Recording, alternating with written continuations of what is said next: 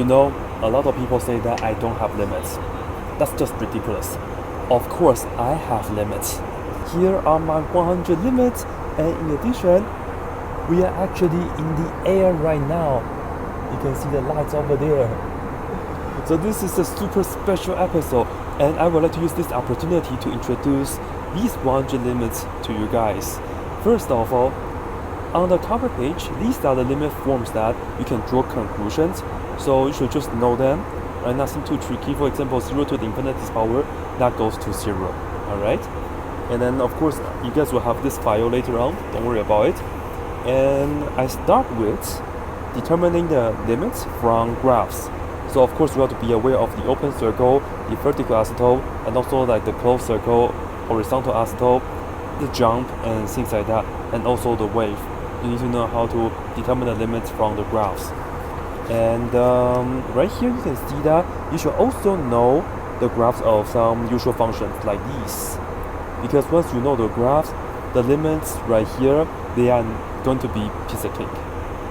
Then we are going to find limits from piecewise functions, right? So you just have to pay attention to the conditions.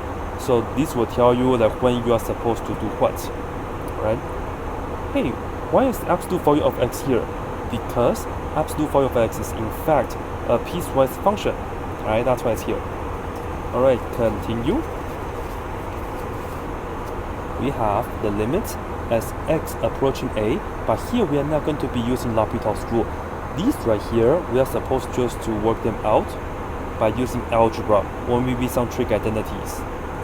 Alright, so sometimes we may have to multiply the top and bottom by the conjugate, or maybe top and bottom by the lowest common denominator, or maybe do some kind of polynomial division or cubic factoring and things like that.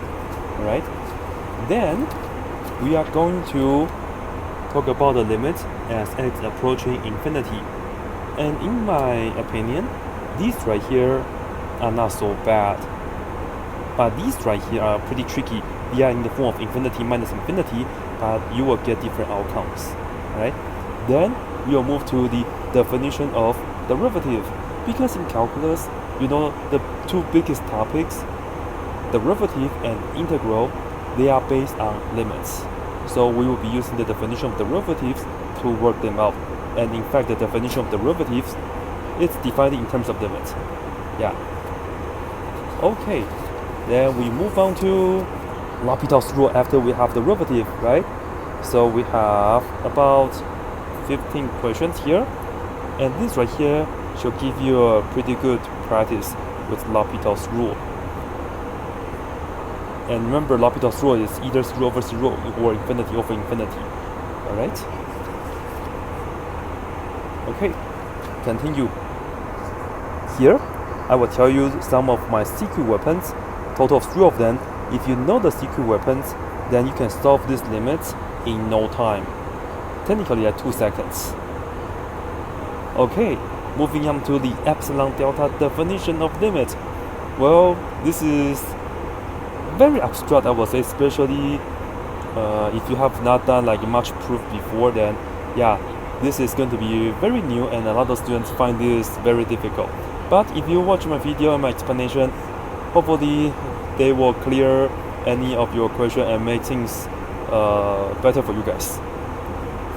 Okay, lastly, we have another scary kind of limit as integrals. You see these like super long limits. In fact, the way that we are going to work them out is to convert them into area of a region. These are called the Riemann Sum limits. And you know it, there's a bonus question. So finally, I will have 100 limits for you guys. And keep in mind, I already have 100 derivatives, 100 integrals, and also 100 series. And with all these videos, my main goal is to cheer you up in your calculus class. And hopefully you also find these videos to be helpful because I do take my time to explain the timestamps in each question. So make good use of them, and as long as you study hard, you can pass calculus.